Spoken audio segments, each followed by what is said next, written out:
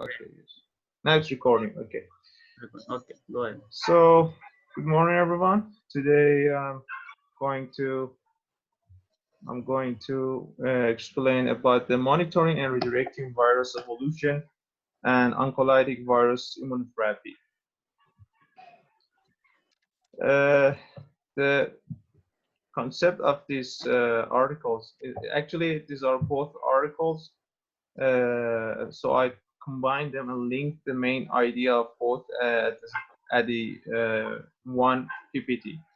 So as you all know, the viruses are the most dangerous species to any living being, which eventually killing the target.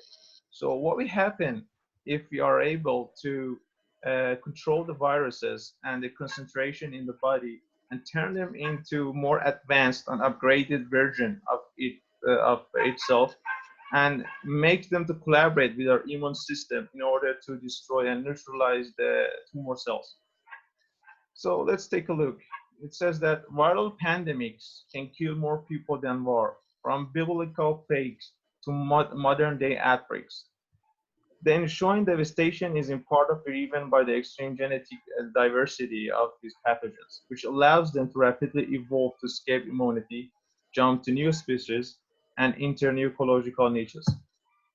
Throughout our history, whether deliberately or unintentionally, we humans have tried to control this very force responsible for our existence. And more recently, as microbiologists, advances in computer science and sequencing technology have moved our field to the next level. We can now follow almost in real time the molecular epidemiology of emerging outbreaks, allowing us to directly test field observations in the lab. And here comes the question like what methods are available to follow viral evolution? Is it possible to predict the virus evolution? Which in this case, if we we are able to predict the virus evolution, we could also prevent the further devastation by virus pandemics or virus outbreaks for next generations, so we can be prepared for that. Can we use this knowledge to drive deadly pathogens towards evolution dead end to extinction?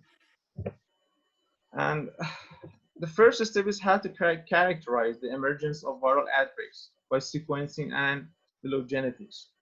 So there's so many approaches, so many ways to characterize the viruses, but the major way is phylogenetic approaches, which are mostly used to study the evolutionary history and relationships of organisms.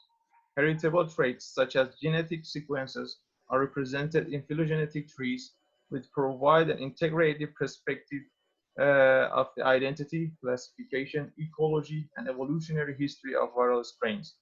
Usually, it involves mathematical models implementing mainly three kinds of methods, which I'm not explaining every and each detail. I'm just giving you the generalized idea, main idea of the each method. The first method, named parsimony, a criterion of frugality based on favoring the simplest explanation or fit of data, in which the best phylogenetic tree is one that requires the fewest evolutionary changes, which I will explain what phylogenetic tree is in the next slide later on. B. Maximum likelihood based on inferring probability distributions such that the more likely a viral strain sequence falls within a cluster of a given tree, the more that means the more likely a viral strain falls within a cluster of given tree, the more that tree is validated. C. Bayesian inference, which relies on maximum likelihood but integrates the probability of hypothesis according to previous data, prior probability, to define the best tree of the viral genotypes. All mentioned methods are used to analyze genetic relationships among viral strains. That's the phylogenetic approaches. As you can see in top panel, sequencing data, we have the viral genomes from the upgraded virus's ancestor. Here's the ancestor of the virus. So we're checking the viral genotypes of the old version of the virus, and we're following up all the way through to the new upgraded virus, which is represented in red color here. And then we check in the population size through the time by many years and different occasions. So this new strain is represented in the red phylogenetic tree, and by combining this data with sampling dates, a Bayesian skyline plot reveals the demographic history of the epidemic. So after that, after we find the functional genomes by assessing the viral genotypes, we're now testing in a practical way in vitro and vivo environments. So first, by functional genomes, this new variant is tested in vitro and vivo. Survival curves show the phenotype of this new strain. So, and we also check in the survival rate of each virus all the way to the new upgraded advanced virus strain. Just days after infection, we're going to check how many days the virus can survive. And the second, more detailed level or experiment is that experimental evolution, which divided into two steps. The first one is encapsulate the evolution observed in nature using ancestral genotypes, which is also in vivo and vitro again, and to predict the next mutations likely to emerge using as a starting point the newly identified variant in red also. So we can also predict how does the next virus work and what does it look like. After all of these steps, we're going for a final prediction, which is the bottom panel called fitness landscape representation. So with this 3D geographical map, we can be predicting that in which area the virus is more likely to move on next, and in which area in respect to with respect to the altitude, the virus is having more affinity to spread. So implementation of genotype phenotype maps would help monitor evolution and potentially predict future trajectories toward or away from virulence. It actually works like a GPS for a virus tracking. So in addition, the number of infections over time inferred from Bayesian scalar plots allows the reconstruction of the demographic history of a pathogen during epidemics. These approaches were used to reconstruct the emergence and spread of the recent Zika virus epidemics in the Americas, identifying the timing and sources of introductions in different geographical regions. Similarly, real-time molecular epidemiology of the recent Ebola outbreak in West Africa revealed considerable disconnection between transmission clusters and independently evolved lineages. These approaches, which attempt to mimic what is happening in the wild, reveal how new mutations impact viral phenotype. And there are many examples of newly identified mutations associated with antiviral resistance.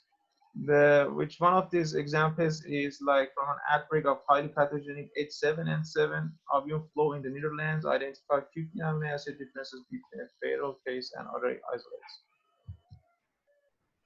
The next step is to how to determine whether new viral genotypes can lead to more pathogenic phenotypes by implementing fitness landscape. So as I explained, the fitness landscape is a helpful concept to metaphorically visualize evolution and to uncover how genotypes relates to phenotype of the virus. A central goal in evolutionary biology, we can consider fitness landscapes as a sort of global positioning system or GPS device for a virus, whereby knowing the coordinates of an individual genotype allows us to predict how well an organism is positioned in its current environment and where it's likely to go next, as I mentioned. So usually fitness is represented by the height of the landscape, which is grounded on a plane that denotes the genotypic space. Peaks are good places to be, and whereas valleys are not considered as a lower fitness. So after that, it comes the matter of modification of viruses RNA or RNA viruses evolution to our benefit. So this is the main concept, that how we can modify RNA of viruses for our benefits. So as previously mentioned, the valleys in the fitness landscapes are determinal regions corresponding to mutations on non-viable or low fitness genotypes. In principle, we could use this knowledge to redirect virus evolution towards a more dismal future by increasing the likelihood of acquiring such detrimental mutations. Among substitutions, stop codons are possibly the worst mutation an organism could acquire.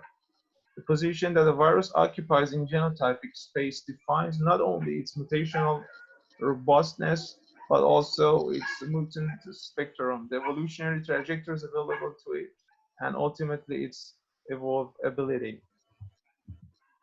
Okay, so yeah, So what we use understood of is viruses till now you benefits. have been talking about Yes, sir. evolution of virus. Yeah. Can I go for like Not just now you are moving towards your topic. Till now everything was introductory. yeah.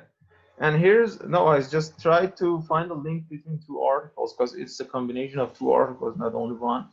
So the Okay. first one was how we can change the virus, like this biological weapon, into something useful for destroying tumor, and how we can track them down. The second topic, which I'm about to explain, is to use the virus's benefits in oncology treatment. So Okay. at present, the only FDA-approved oncolytic is kind of a scope I'm explaining right now. At present, the only FDA-approved oncolytic viral therapy is as a Tolimogen Parpevik, is a kind of hard to pronounce. It's a herpes virus, actually, TVEC, for use in a metastatic melanoma. Though there are numerous other viruses being developed preclinically and clinically. As of 2016, there are reportedly at least 8 oncolytic viruses in phase 1, 9 in phase 2, and 2 in phase 3 clinical trial. Notably, the therapeutic potential of oncolytic virus is way beyond melanomas, and current studies are ongoing, at least in pancreatic and hepatocellular carcinomas. So oncolytic virus, this is a definition now. Oncolytic viruses use attenuated viruses to infect tumor cells and generate boost pre-existing native immune response. Most available oncolytic viruses are genetically modified to enhance tumor tropism and reduce virulence for non-neoplastic host cells. Therefore, they can stimulate a pro-inflammatory environment by enhancing antigen release recognition and subsequent immune activation to counteract the immune evasiveness of malignant cells. Indeed, oncolytic viruses also aim to harness or take advantage from the tumor's tolerogenic mechanism, which can facilitate the viral infection and killing of cells that are not predicted by the immune system. Yes, someone's raised the hand. I had one doubt. Doesn't Okay. it trigger the human immune response Yes, when it we give yeah, oncologic therapy? yes, it triggered the immune response. In next slide, I will explain about that. It triggered the lymphocytes CD4 and CD8, and also has a few disadvantages, which I explained in the last slide. This allows for a theoretical domino effect, including chain viral transference between neoplastic cells and further immune activation. So there are present in numerous virus species in different stages of investigation for immuno-oncologic use. Possibly the best studied so far are herpes viruses, which are the mostly modified viruses in this concept, of which some strains have been found to have native tumor cell tropism, while others have been engineered to improve selectivity. And this is how we inject the virus by the introducer needle to the tumor niche. And this is called tumor niche. These are tumor cells. I was not able to find a colorful picture because of this copyright the exclusive article. So intratumoral inoculation of an oncolytic virus with transfection and early immune cells recruitment. After that, this oncoviral particles triggers the immune cells, which in the B diagram, the immune cells along with the virus particles, oncoviral particles, attacking the tumor niche and starting to apoptosis the tumor cells and tumor niche, which explain the advanced transfection of an oncolytic virus into tumor and niche cells with induction of immune cells resulting in apoptosis, direct cell lysis, niche disruption, and phagocytosis. And at the end, eventually distant tumor immune infiltration induced by local immune conditioning. These are the colors of which are not available in this diagram. These are indexes for the color picture. So similar to other immunotherapies, oncolytic viruses have a multimodal mechanism of action. There's many ways to collaborate with the immune system. Yes? Is this used along with chemotherapy and radiation therapy, or it is a separate technique? Yeah, that was the same question for me also. So while I was trying to read the article, I was asking, but I guess it can, it can be used with the chemotherapy, but the doctors and patients should be aware of the severe adverse effect of both, because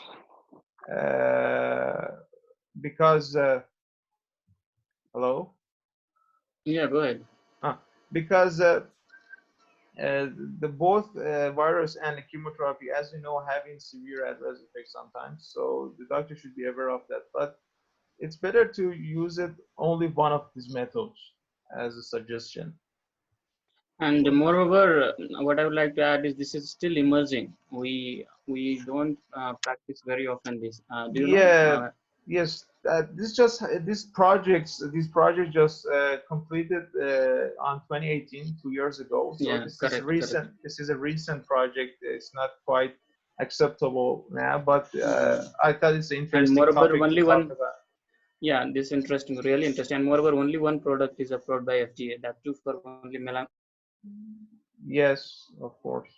This is one Then product. what is the prevalence, sir? About? What is the prevalence rate, or like since it is a new treatment therapy option, Mm-hmm. So what it is is still the coming in incidence market rate? till now. Till now we don't have like much of clinical trial data on this. Only few product, like as it told, only one product by FDA has been approved. That too for the treatment of melanoma. Still many diseases like glioblastoma, which is a brain tumor, for which the treatment is very difficult. Actually, most of the patients die. And for such diseases, for such cancer, this oncolytic virus has shown a promising result. And now the research are going like even we can use it as prophylactic, like immune, like vaccine. It is shown that it can prevent even malaria. Okay, you can make this as a vaccine and inject it as malaria. And herpes is something which is really extensively studied in this context. Of course, there are many other viruses like lentivirus and other viruses that can be used for this purpose. But herpes is the one about which we have very good knowledge about using as oncolytic virus. So still research are going on in the coming days, in the coming years. This is really going to be an era of exploration. Okay. So Okay, sir. for time limitations, I have to read it fast because make it very quick. Direct cell lysis from traditional antiviral machinery is one method of toxic injury and is postulated to be dose dependent with excellent tolerability even at high doses. For instance, infected cells can instigate an interferon or T-like receptor response by transcribing antigen that are then transited to the cell surface or detected by intracellular components of toll-like receptors. These antigens, termed pathogen-associated molecular patterns (PAMPs), can be the viral capsid, nucleic acids, or proteins.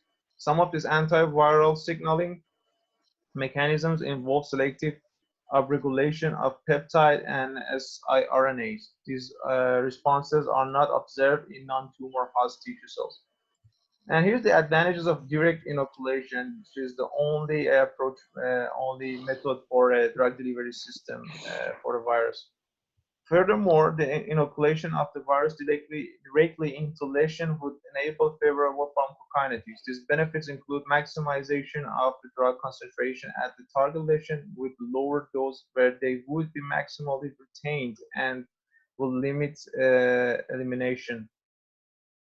Selection of which index and non-index lesions to inoculate is another benefit, as is more precise dose adjustments into individual lesions as possible with direct inoculation, as the delivery would be to the targeted site alone. Similarly, optimization of timing of delivery as neoadjuvant, adjuvant, or primary therapy could also be achieved.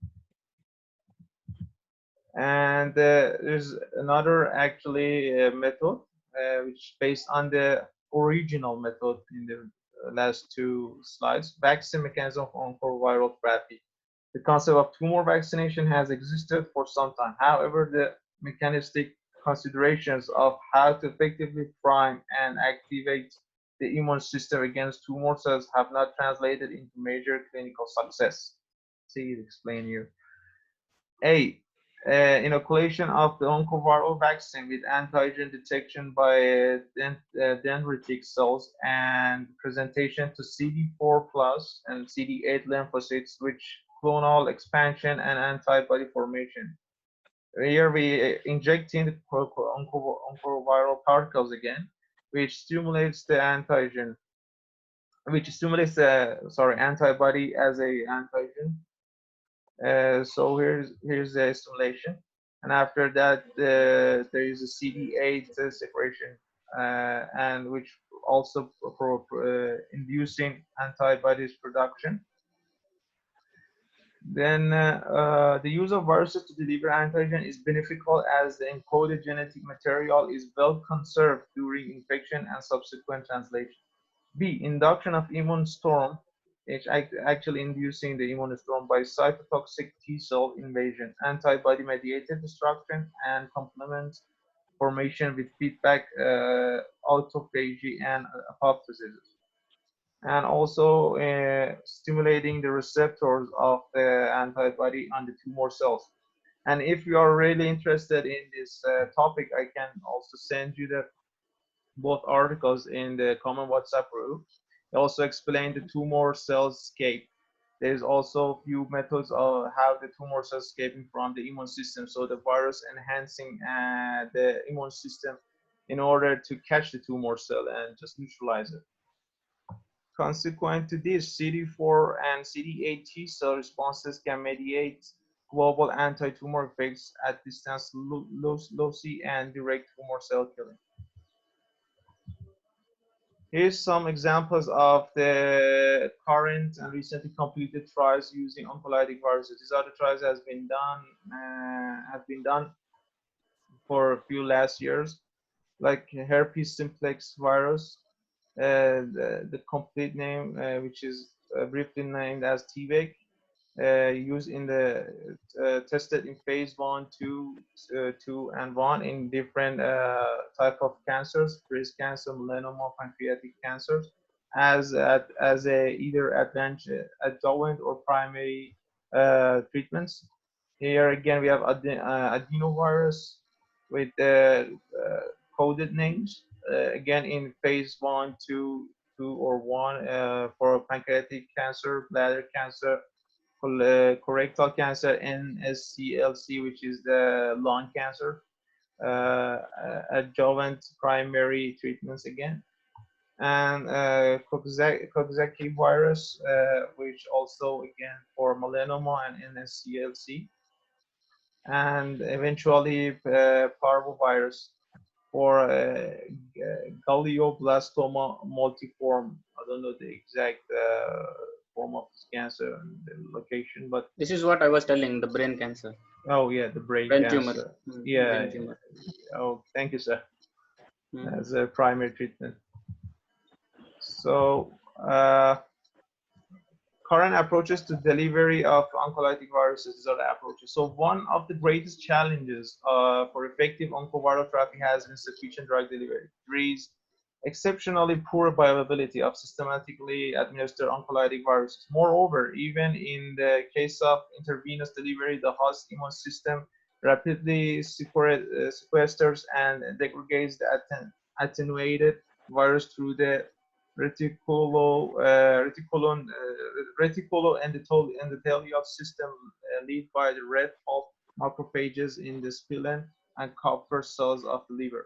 Viral particles are opsonized by antibodies, complement, and other factors to enhance the endothelial cell and macrophage binding and phagocytosis of note. There are no phagocytosis. Sorry. Note there are no reports of poor dose tolerance to oncoviral therapy or reverted virulence by the inactivated particles. So consequently, and to date, the only route by which oncoviral therapies have been delivered in sufficient quantity to be clinically efficacious is local, regional, or direct inoculation.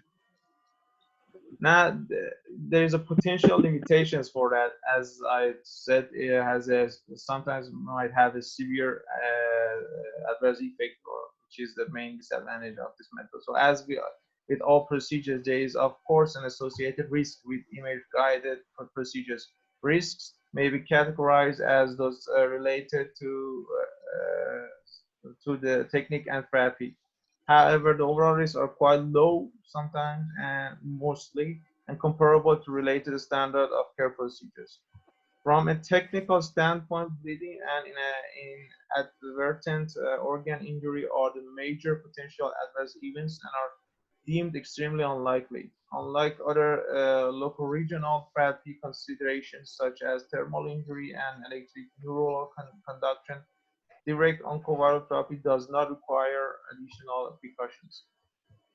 So, however, as presented above, oncoviral therapies represent another option for immune stimulation acting locally to drive potent anti-tumor immune effects. This form of immunomodulation may herald another phase in anti-cancer immunotherapy with less toxicity, increased specificity, and hopefully improve survival. So it comes as a conclusion of the activities. And here are the references of the articles, 20 references I mentioned. And thank you.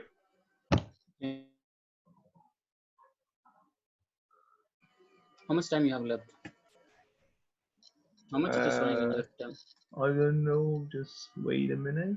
Okay, if time is there, then people can ask question if you have any. Yes, so let me queries. stop sharing this. Okay. The question?